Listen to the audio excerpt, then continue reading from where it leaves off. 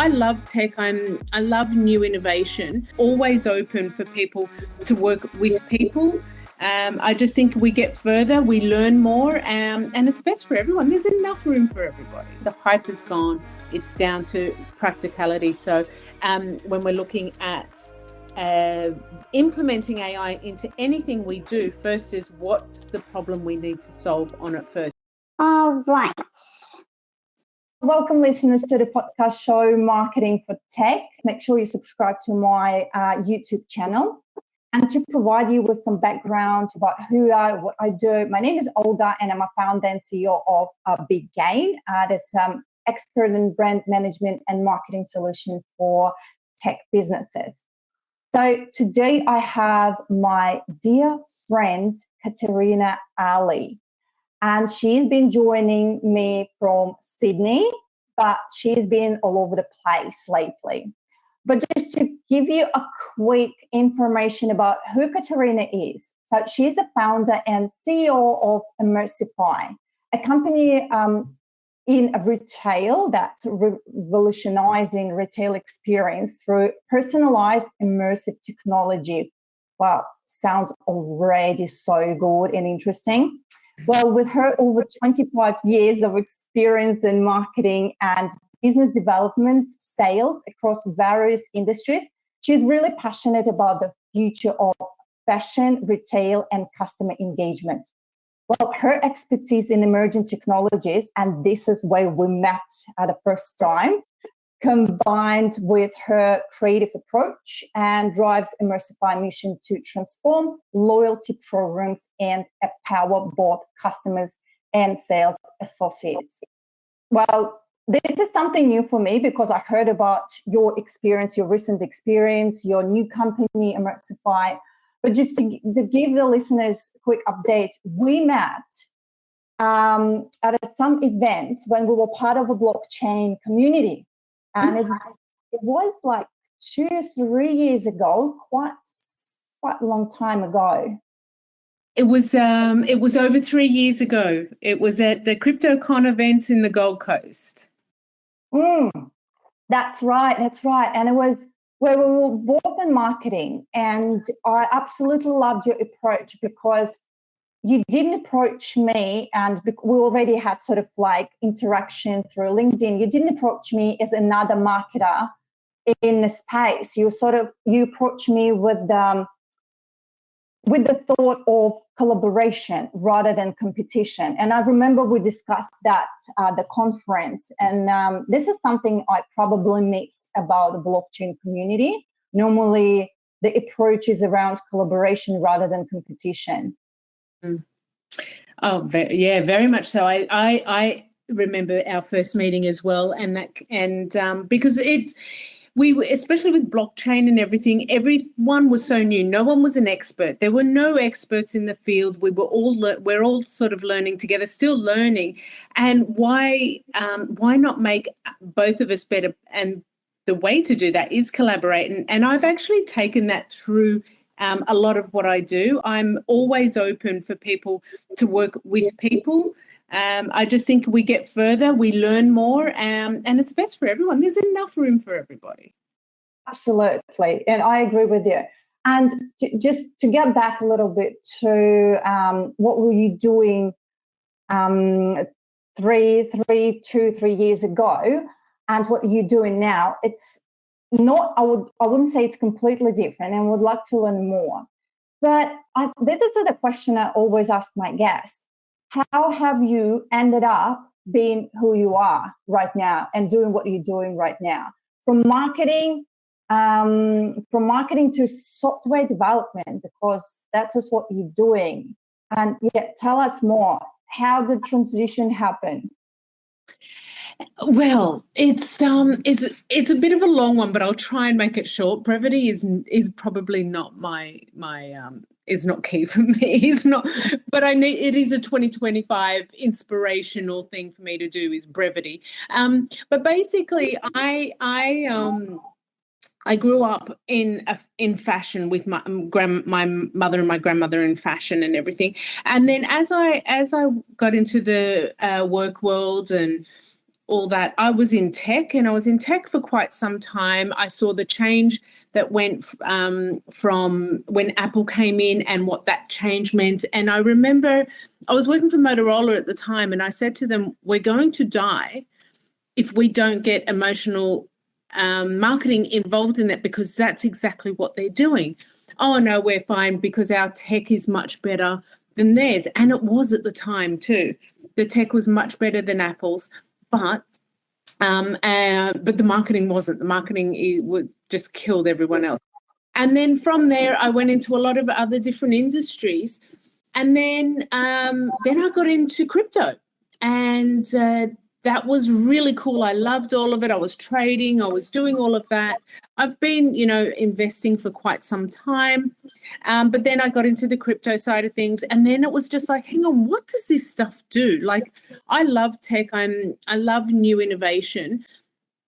Well, that's a weird thing. I love innovation. And I just really I went down the rabbit hole. And this is after I think I met you, of exactly what some of these coins were doing, and interoperability, and was a major thing, and ownership, and just so many options there. The trust factor, where you could trust, you verify, you don't trust, you do all these sorts of things, which really resonated with my thinking at the time.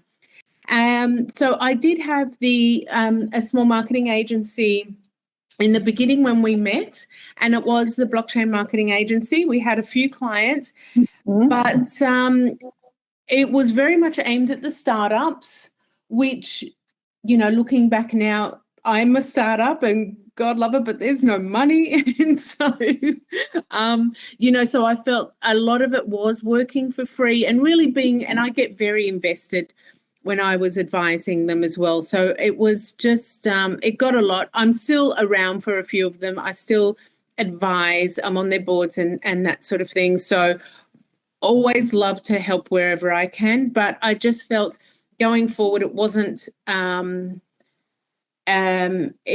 taking all my attention. The attention was what I can do to build something. And that was because I'd gone into a store one day and had the worst customer experience of somewhere where I used to go in all the time and always had the best customer experience.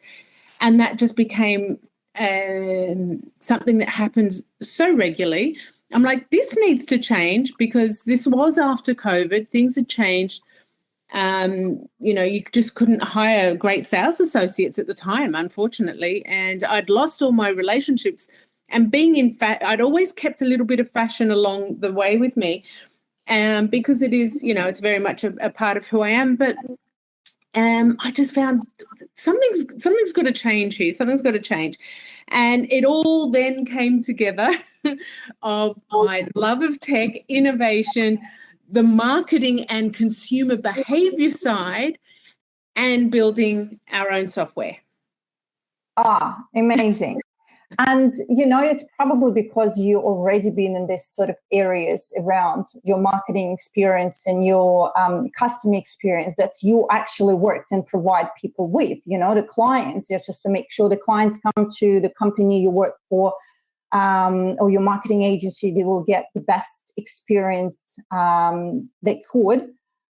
And when you go to the place and expecting something decent, and then you're like, that was disappointing. Mm-hmm.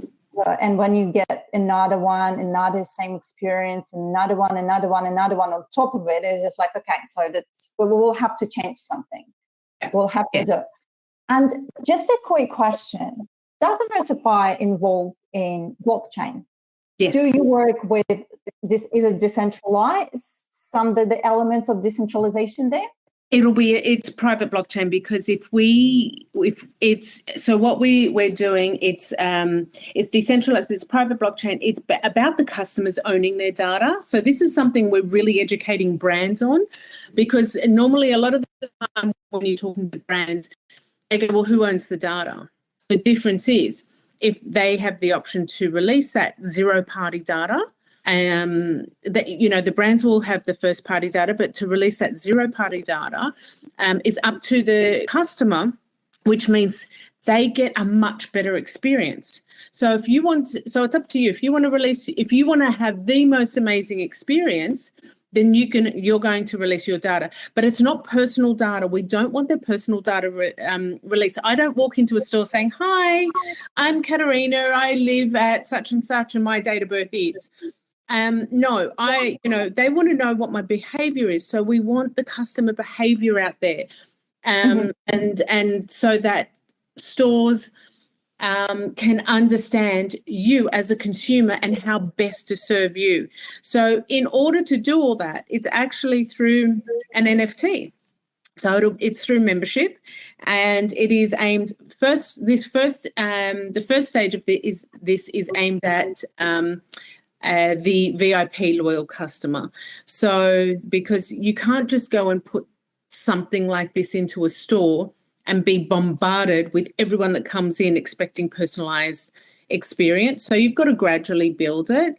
And so that's where the blockchain comes in. It's also, there's a lot of thing, and the reason we picked the blockchain as well was because we are, as the stages go down, we are introducing partnerships. So for example, if you're with a great fashion brand here in Sydney or even in Melbourne, and, we can partner up with, a great health and wellness centre and a great restaurant.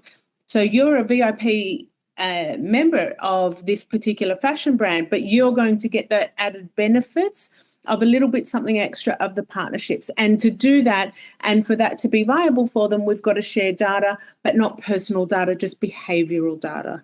So, and then comes into the hyper-personalisation, and all that comes through the blockchain, AI, et cetera, et cetera. So, yeah, it's I was told in the very beginning I've got like 7 startups in one.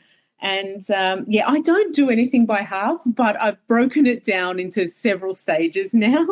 And so, yeah. Well, it's easy to track that way. 7 stages, 7 milestones. You obviously, you have marketing experience, and you also business development.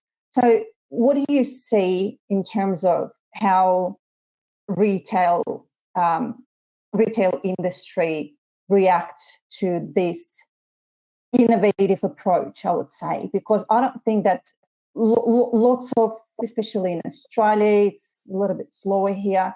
Not everyone knows what's the blockchain, and sometimes they don't really want to hear that. They're just like, oh, no, we don't need another tech. We need to improve what we have. We need to improve customer experience. The way you're doing it's the way you're doing, and the blockchain can be quite controversial. And this is what when I met people not from the industry, they were like, they have so many different reasons not to be involved, not to be able to learn, not wanting to learn. So what the question is like talking too much now about my experience. What was the Hang on, Katerina. So how the industry, how we approach the retail industry? We don't mention blockchain. We don't mention NFT. We don't mention any of that. They don't. Because, as you said, unless they're a first mover brand, and we have seen. So I have spoken to brands overseas. Unfortunately, like Australia, and we're constant. Our first iteration is in fashion, so we are, we are in other markets, but in Australia, unless someone else sees it being done overseas, they're so hard to cut through. But that's why here, especially here in Australia, we don't talk anything about blockchain, NFT. We'll use AI because that's a buzzword at the moment, and it doesn't scare people so much. But it's basically translating that complexity of blockchain, etc., into simplicity for them, and what's in it for them and what's in it for their customer. So it is all about how it solves problems, how we're solving problems and creating opportunities for them, and really focusing on that storytelling and emotional connection. And I'm really, I saw what do they say? Apple doesn't sell phones; they sell experiences or whatever. Or a lifestyle. That's it. So that's the thing. It's like that's the connection we want to make with the brands and get them to bring that through into their customers, which is what they do try and do. And it's upping that personalisation so the customer feels like it's magic, that they're just coming into a store and it's absolutely magic. They know who they are. They've never met them before, but they know who they are, what they like, their sizing, and they've got a change room ready for them. So and it's just keeping it as simple as that.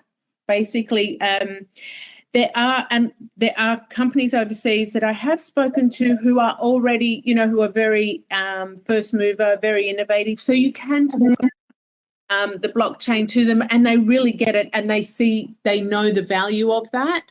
But it is, you just got to know your audience on who you're talking to. But really, at the end of the day, the safest thing is what's in it for them. As we know in marketing, it's what's in it for them, how it's going to benefit them, and and how easy it's going to be to implement, which is really hard actually in what I'm doing, but because I'm dealing with legacy software as well. So but it is. You just got to make it. This is going to be super simple for you, and it's going to be fantastic, and you're going to see higher loyalty, and higher loyalty means they spend more money. So yeah.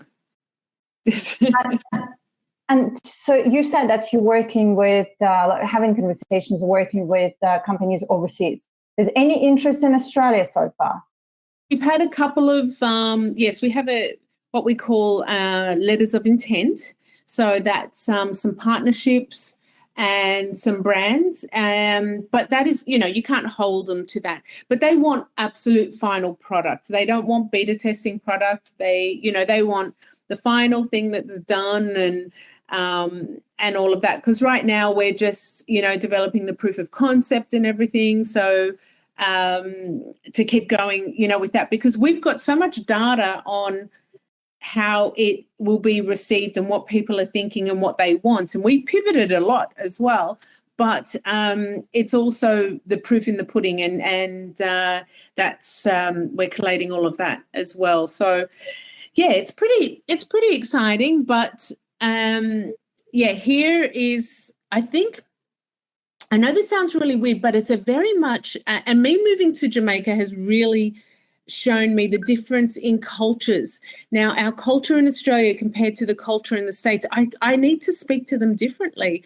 I want it to be first in Australia, honestly, because, I think it'd be so great, but we just don't have the brands to come on board. But there's still hope.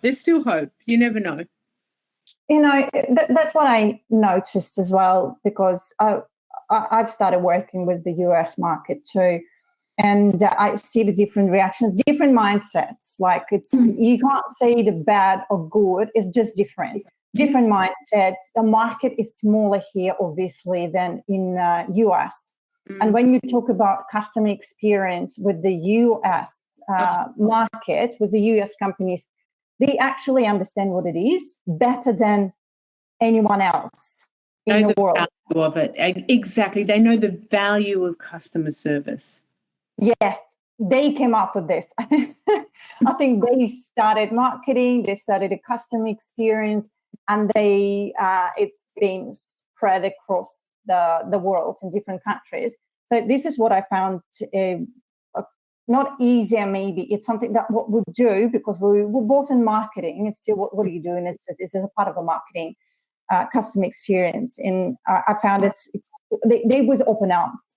They really... They want to collaborate. They want to they want to explore different opportunities in different pathways. Where in Australia it's a little bit harder to get through, because they already have really settled. The way they run the business is quite settled. They think it's sustainable, and then why do I need to experiment? Scared to get it wrong. Yeah. That's what I found. Really feel like Australia, they're scared to make a mistake. They're scared to fail, yet every fail brings us closer to that one that's going to be great. And we fail fast. And that's what I find. They're not scared. We're so risk adverse here. They're not as scared overseas. All right, let's give it a go. Let's try this. And we've seen it out there. We've seen Starbucks try their NFT loyalty program. We've seen and Nike do this. And you know what? They tried it. They did it. They got some great things. They made some great money out of it. But you know what? It's not for them. Next. And that attracts as well. That gets people talking about your brand. That's a form of marketing. Your innovation. You're trying something. Whether it works, you always want it to work. You're always going to do your best to make sure it works. But sometimes it doesn't, and that's it. As long as you recognize it quickly, don't force it too much more, and then that's it. Go next and on to the next one. Yeah, because you never know what's going to work if you don't try it. Like, how do you know? How do you know that specific concept is going to work for you if you don't try it? And this is probably the biggest challenge I see. But in terms of Australia, Jamaica, the US market, and I follow you on Instagram. You have quite good following, and you constantly posting about what you're doing. And so that's your personal brand there. How does it help with your business? Well, funny you should say. I'm actually that's something that I've really been thinking about this year. I'm not what are my resolutions for the year? It's just something I wanted to think of. And I really want to put more, I really didn't put enough effort into my personal brand. And I really want to put a little bit more effort in there and show, I show who I am. But sometimes I've got that typical Australian attitude as well that, oh my goodness, what if it's wrong, or what if they don't like it or whatever. And so now it's more about, I'm not a brain surgeon. If it's wrong, it's, big deal. People will forget about it in 5 seconds. Like, it's not a big deal. So I really want to get my personal brand more established, or not established, but more refined, I think, on who I am, because I can get a little bit all over the place, but that is me as well. I could, I just talk on whatever moves me at the time, especially with so much going on in the world. I have many opinions. I do hold back on a lot of them because I just think, it's why invite those the trolls in. So I don't have time for them, but it's I really want to get into getting more refined in that personal brand, but I will always keep to tech, style, and I really want to start putting in more about my experience of building Immersifi and startups. So that's where I really want to concentrate a little bit more. But you'll always see me about style, and I'll throw in. I went down the rabbit hole of the long biohacking and longevity, which is amazing. And so I'll be throwing some health stuff in there as well. But it's always, the thought leadership is always what's happening in retail or consumer markets, or as a customer, or what's new in tech. So hopefully you'll see a little bit more refined or dynamic, but I want to keep sass, a bit of sass in there. I don't mind being a little controversial, and I think I was too safe before. So that's going forward. I don't want to be as safe going ahead. And I never was one to worry about likes, because I really learned from my Instagram, my personal Instagram, when I was just doing fashion. It was great. I was getting the engagement. I was getting likes. It was all, fine.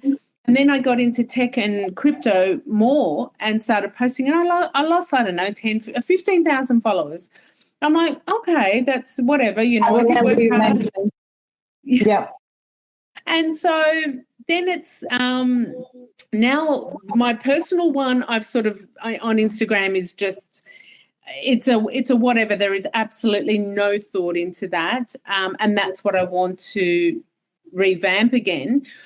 But I think the bots are still following me, so I've been trying to get rid of them. So hopefully, I don't care if I've got 2,000 followers. I don't care if I've got 200 followers, but I want them engaging and talking. So that's that one. And also on LinkedIn, if people aren't liking, I'm looking more at who's seeing it, like how many views I'm getting, not just likes.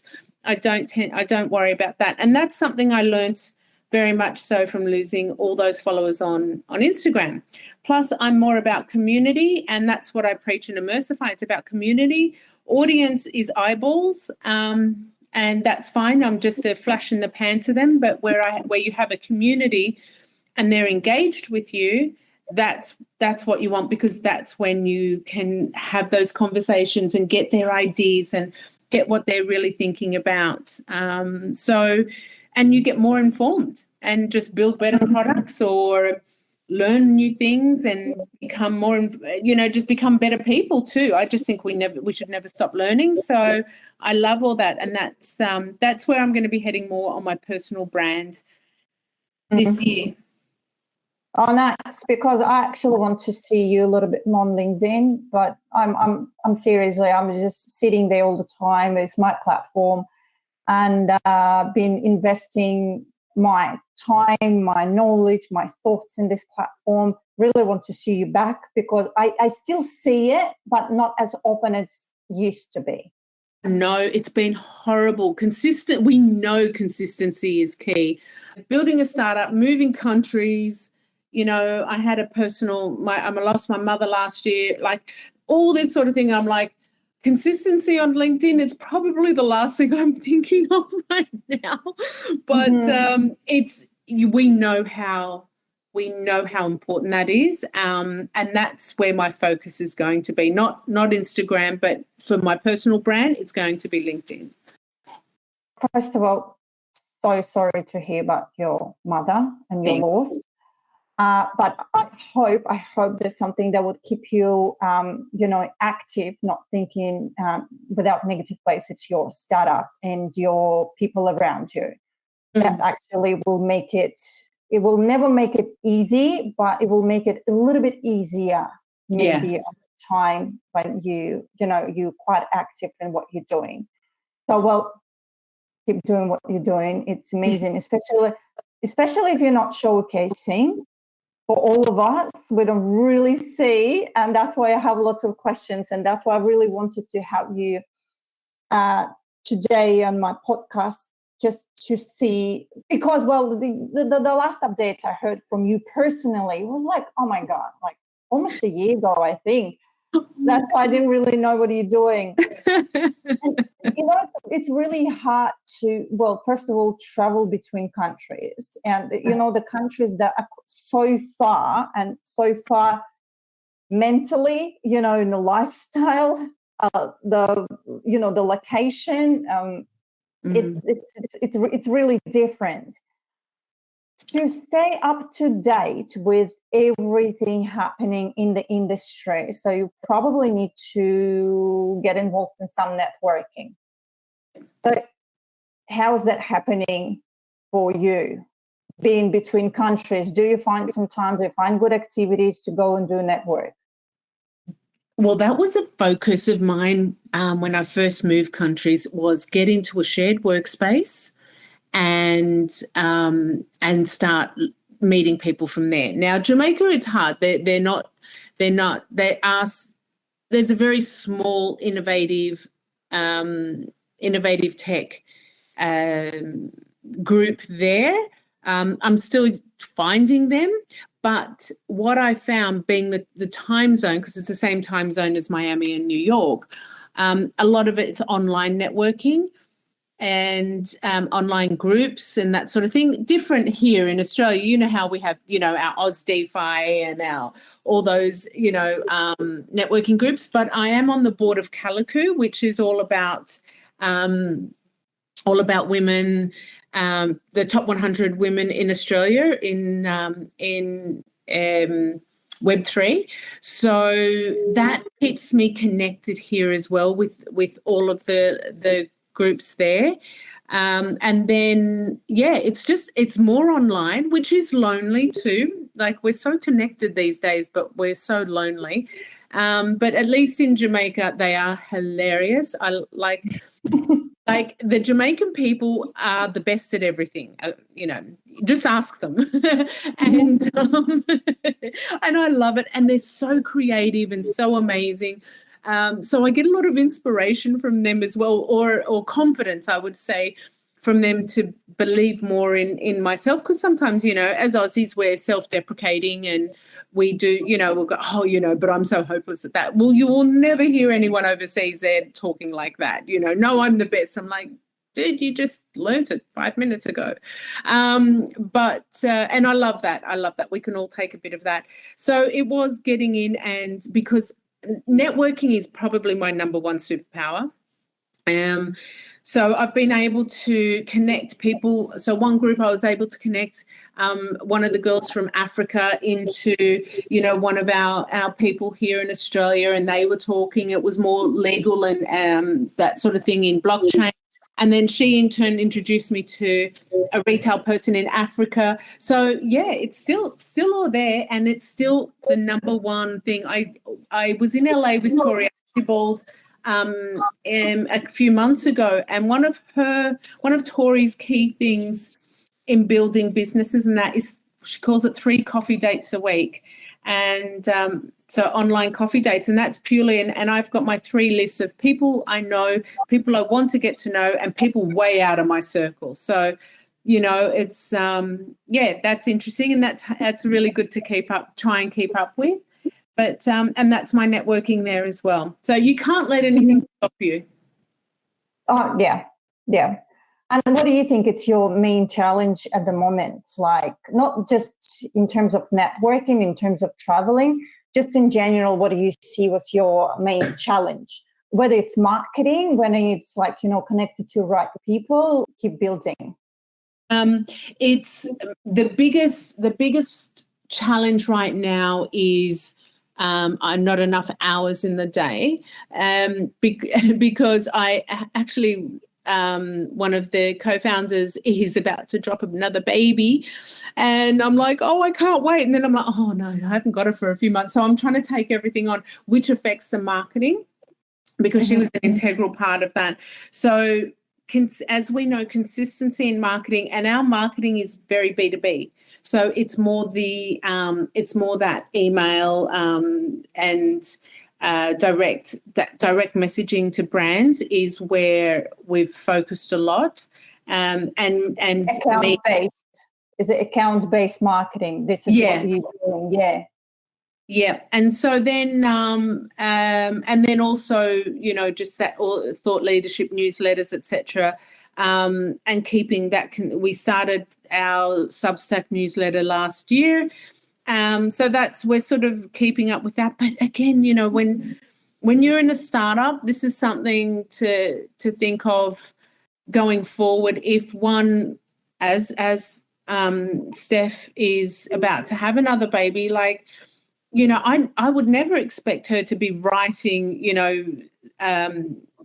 newsletters while she's, while she's got a 2-day-old. It's not like just so she's done a few in advance and all that sort of thing. So that the consistency in marketing is actually really hard. So we're trying to. That's why AI is so brilliant, and has helped us make things go a lot quicker. I'm still very much authentic voice, so I will never just copy and paste. But my goodness, if you're not using AI in your marketing, you're really going to be left behind. So that's helping. So that's helping us with some of the challenges. The other one is funding. I need money, so to keep going. What a surprise for a startup! The challenge is funding. Oh no, I've never heard it before. So tell me more. How are you going through that challenge? Oh my God, because they've changed now too. Like they were giving money out left, right, and center, and now, well, not that I want VC funding just yet, but it's sort of like now it's like, well, you need to have revenue in, and I'm like, well, it's chicken and egg. I can't get the revenue until I build the product. It's a big product, so how am I going to do that? Yeah, so it's all bootstrapped at the moment. And then we're going out for our first round of funding shortly. So, yeah, it's sort of like it is that sort of, one of your biggest, and that's where a lot of my energy has to go in order for us to really get this product going. And then so the marketing suffers. So you're going, well, hang on, I need to automate that a bit better, and I need to do this. And we've got someone having a baby, and we've got, or our CTO going, I don't understand what this means. It's I'm just like, you pulled in a lot of directions, but I think I always remember advising when I did some talks a lot in our early time. Was when you're a startup, the people to have on board, the two people you should always have on board from the beginning is your marketing and your legal, and living it and breathing it is so true. And that's why I did bring Steph on and as well, and to have that, she's that creative element there. As well, and she just talks much better than I do when she's doing things. As I said, brevity is not my strong point, but I am working on that. We will refine it. I'm just more emotional. I get very emotional and very excited about what I'm doing and what the possibilities are. And marketing still absolutely excites me. Especially when I see what's going on and the possibilities there, and I have a lot of opinions on the way it is going, but it's still very exciting to see where it lands. And I think this is a great time for you to step out of your comfort zone too. And start talking more, and now you'll have a great opportunity when your CTO doesn't understand what's happening, for example, in this area, and your marketing person having a baby, just like, okay, so I have no choice. I have no choice now. Exactly. And because we were talking about this, the AI that you're using in marketing, obviously, if you're not using in marketing, 100% agree with you. You mean not missing out. You will be behind, and so far behind, you won't even see who is actually ahead of you. And what sort of trends do you see, not that already here, that coming maybe in 2025, whether it's tech, whether it's in customer experience? I see the hype of AI. It's really hard because on one hand, it's like I see the hype of AI dying a bit because of people overusing, it's AI, but what is it actually doing? So from that, I'm saying I think we're going to see the rise of practical AI. So although the AI influences, it's actually quite cool. Like, I actually want to do a digital twin of me, and how good would that be? But I will definitely be labeling it that it is AI, and I think that's the biggest thing we will need to see in marketing, is to make sure that things are labeled AI, because we really need to be informed, and that's fine. We're using AI, it's not a real person, that's fine. So we don't want these poor young girls and boys to be idolizing something that is fake. It's impossible. It was bad enough with just normal influencers, sort of adjusting and photoshopping their imagery. Whereas, to have something that is absolutely not real. So I really like to see in marketing the labeling, the proper labeling of it. I have been experimenting in the video, in making text to video. That is still very early. As when they show you what it can do, it looks amazing and it's great. But it's 5 seconds. I need more than 5 seconds. And, my person's still got, 7 fingers on one hand. And so there's still a lot to go there. But I think that is something, we'll just see the video side of things grow, and the generative AI side of things grow exponentially. But I think we may get sick of it because we always come back to human touch. And that's the biggest thing I'm seeing in customer experience and customer service, because we still look at the stats. It's 80% people buy when they're in store as opposed to online, so 20% online. So being in store and touch and feel and everything is still so important to everybody, and human connection is. Now, all this generative AI, all this spatial computing, all of that is amazing and it's so cool, but we will always need to have human touch in there somewhere for authenticity. And that's what we can't lose that side of things. And I just hope, and it's all a learning curve. This is all brand new to all of us. So we're all sort of going to learn, but I think AI is going to have more practical applications, not just, here's all your data. Now what do we do with all this data? And then, it was just like the NFT craze, all of that when it came through. It was just saturated the metaverse. It just saturated the market, and now we've got to go and rebrand it all so the people don't scare people off. Yes, and this, what you said, the practical use is really important, and I think this is actually leading me to our news part of the podcast. So I've been searching for some articles to discuss with you. So I'll just grab one article or one news in terms of a blockchain, emerging tech in a retail, in a customer experience and engagement. And guess what? It was really hard to find something because not many people talk about it. So this is not something that's been, like AI. You can grab AI article from almost every single news website. They definitely talk about AI. But what about emerging tech? Yes, AI is involved in that. But what about customer experience? What about how they work together? It was really hard, but I could find one. And I will just read you a quick summary. And there's a few dot points that I just really want to hear your perspective and what you think about it.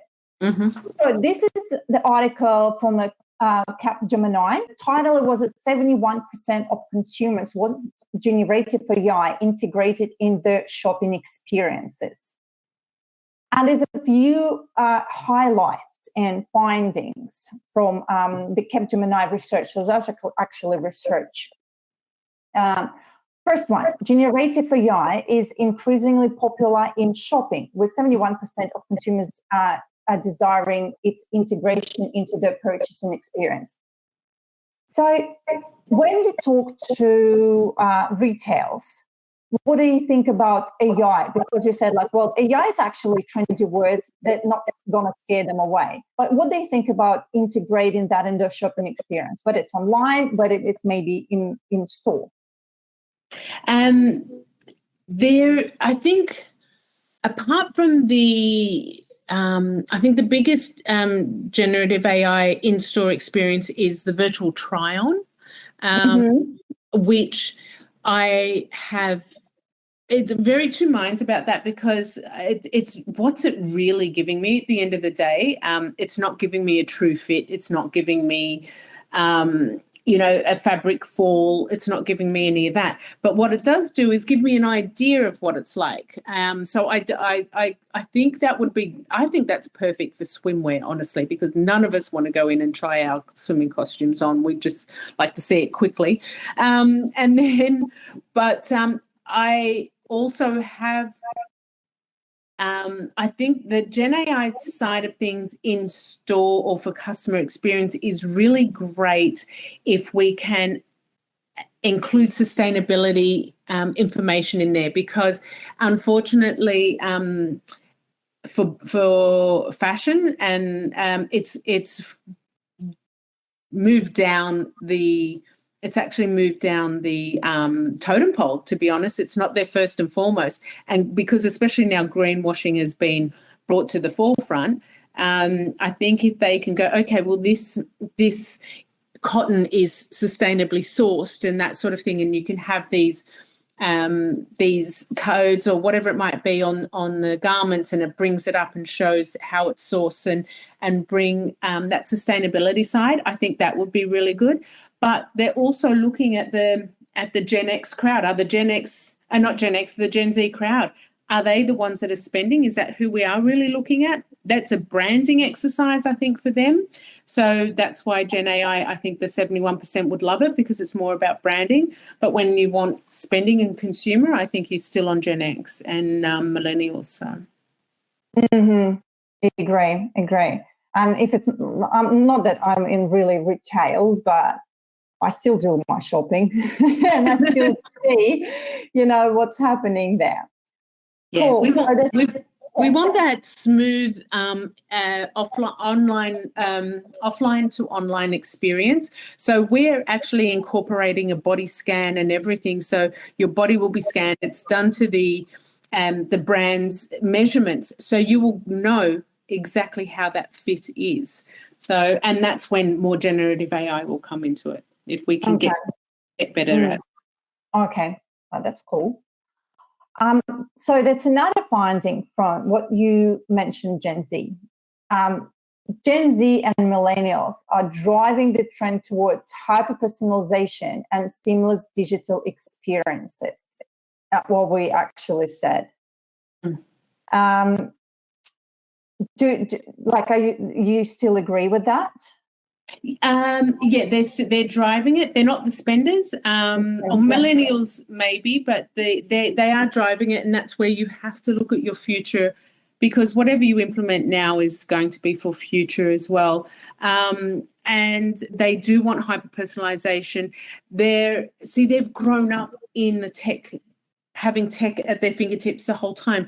If an email comes through, for example, they don't want everything that's got nothing to do with them. They want to have that be tailored to what they like, their style. And that's, and then, so having that personalization. We're also in, for example, at Immersifi, we've got community. So it's more about that personalization in there and getting to know the customer. And that's what these generations thrive off more, is that the brands getting to know them, and then the brands are then able to get great information, and even on collections, whatever it might be, get what these people want. And if they can drive that more, that will drive sales.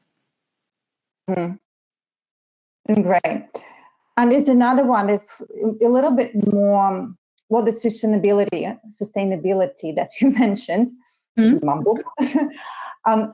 Poor customer experience and lack of sustainability are the main reasons consumers switch brands or retails. You mentioned about AI being used in this sustainability part, but do you see it's the real problem? That's the poor customer experience and lack of sustainability are the main reasons consumers switch brands or retailers. Customer experience is number one. That is the number one reason, because people always, Maya Angelou's quote, I may butcher this a little bit, but Maya Angelou's quote is, people will remember the experience more than, people will always remember how that you make them feel. There's more to it, but the essence is that's what people remember. So a great customer experience is going to have these generations coming back. It's going to have people coming back. It's going to bring loyalty. And we know loyal customers are 80% of revenue. So that's what's going to keep coming back. The minute you have poor customer experience, my son is one of them. There is a store he will never go to it bothers me because they've got great things, but he will go, no, I've had bad experience. He's a millennial, and he will just never go back to that store. So it is true that there's that, and sustainability is very important to especially these next generations, but they're sick of greenwashing. They can see right through it, so they have to be more open and about sustainability. We do need to look after this planet much better. We see what's happening around the world, and we just need to look after our planet better. And I think if you can go, oh, hey, well, this is where it's sourced. H&M have just they've invested in with a startup on how to repurpose nylon. Was it nylon? Polyester. Sorry, polyester. Mm-hmm. There's enough polyester in the world to make everything for 100 years. You never need to redo polyester. So if you can imagine a brand being able to say, we're part of that, we've sourced from that, we're there, like, that's huge. That would be huge. Unfortunately, as I said before, it is a little bit low on the totem pole, but brands, especially in Europe, because they have certain milestones that they have to hit, it's hopefully going to raise the bar a little bit. And you look at fast fashion, some of them, if you want to buy a bit better quality fabric, it's more expensive. And the cheap quality fabric makes you itch. It messes with your hormones. It does all of this. So this is what these next generations are learning, and why sustainability is really important to them. Mm-hmm. I actually never thought about that really deep. Obviously, just when being a consumer, sometimes I don't think about that particular issues. And that's another one I think I wanted to mention, and it's more about online rather than in store. This is just a quick highlight from the research. Nearly 70% of consumers notice ads on retailer website and apps, compared to 63% on social media. So when you're comparing ads on the websites and apps, and when you're comparing on social media, which one do you think, and it's probably a little bit off that what they're mentioning, but what do you think is driving more activities and more engagement? I think social media is still your great source for branding, because we now know that these next generations need, it used to be 4 touch points, now it's 6 touch points. And so I think that branding, whereas when you're on the website or when you're on the web and you have more concentrated, you're on there for a reason. So I think you're more open to what is coming at you there.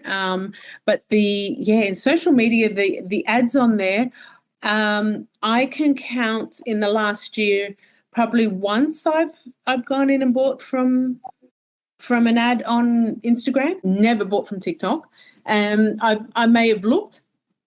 I may have seen a brand going, oh, okay, that's cool. And I've looked, and obviously it keeps coming up and coming up and coming up then. And then that annoys me because they oversaturate it.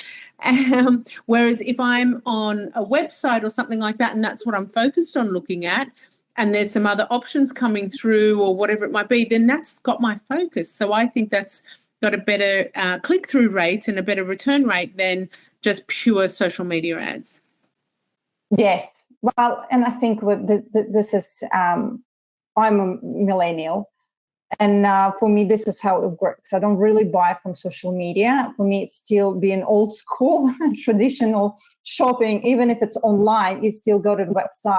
And for me, it's really important to not just go and blindly buy from them. I'm comparing the branding. Is it legit? Is it not scam?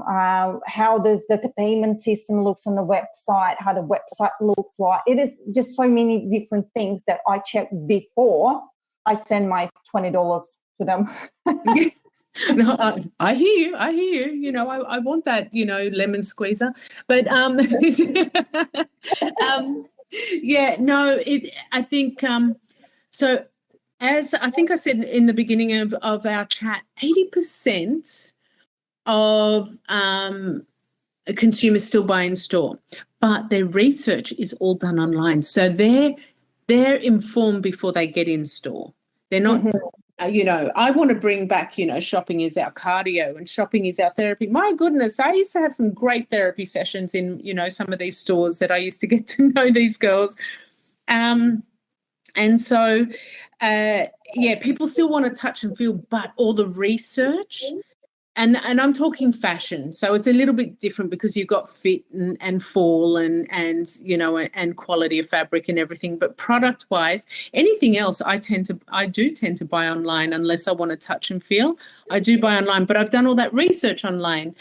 Or even if I'm going to buy fashion, I'm like, oh, okay, you know what? I'm going to be in the city. Those stores are in there. Let me just see what they've got, so I can focus when I get in there. I don't have that much time, and most people don't have that much time. So, but it's still research done online, and that's where you always need a presence. Yes. Yeah. Okay. Well, thank you so much for discussing that. But it's my final, and it's question, but I really want you to think about the advice you would give to others being in tech and in marketing, because you in both, you do marketing, you've been in marketing, and you're in tech, been in tech and involved for many years. So what advice would you give to anyone who wants to be involved, already started the journey in these two industries that's crossing paths? Yeah, so I'll start with tech. If you want to be involved in tech, make sure it's solving a problem, because that is the easiest way to market. It gives you, because when you're solving a problem, your marketing is so much easier. But in your marketing, create those emotional and connections, and storytelling. We know how important storytelling is now. And I think that's something that I'm really trying to get much better at as well. But my view all the time, especially in marketing, when you're talking, is what's in it for them? Like, how is it, like, how's this going to make my life better? How's this going to make my life easier? Or how's this going to bring me joy? And in marketing, if we create those touch points or those key factors in there to say, okay, this is why I should be, we're giving them the reason why you should be buying our product or, engaging our service, is because we make it so easy for you. We make this, you don't have to do so much, and this is what we're going to do for you, sort of thing, without being too over the top. And with tech, it is that, it's that product, how's it going to make my life easier? Like I didn't need to know how my phone works, but I just, but it makes my life so much easier because I've got my email, I've got my WhatsApp, I've got everything on there. Well, that's going to probably all go soon too. But, our phones will go and we'll just have glasses. The average consumer doesn't have time to get into too many details. They just want to know how it empowers them, how it works for them, how it resonates emotionally with them, and don't get caught up in the hype. Love that. Yeah, definitely. The hype, we saw lots of hype in some sort of industries, and we definitely know where it will bring you if you just been, the caught on this hype. And that's unfortunately, we heard unsuccessful stories. But anyway, Thank you so much, Katerina, for joining me today. And there was really, I love to hear your story, because again, I said it's been a while. It's been so long since we caught up last time. Mm-hmm. And now I know what you're doing, and I actually really want to see your next milestone and what you achieve in the future. Wish you all the best, all the best to your team and the new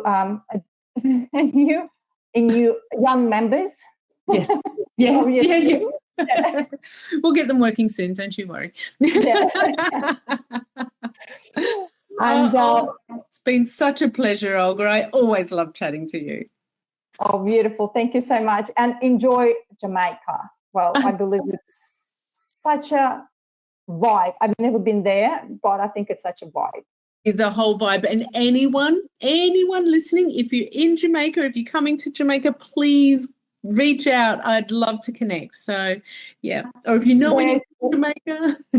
Yeah, so what's your main platform to connect? Because I will put your the links to your accounts. Is it still LinkedIn? Is it still main platform to connect with you? Yeah, definitely LinkedIn is my main one that I read messages from. Yeah, beautiful. Thank you so much, Katerina. And well, all the listeners, feel free to leave your comments. Feel free to reach out to myself, to Katerina, if there's something that you want to discuss about consumer behavior, customer service, and emerging tech. Feel free to reach out to Katerina. And until next time, you stay creative and adaptive and empower your brand. Love that. Thank you. Thanks so much, Katerina. Hang on, I'll just and I'll stop recording.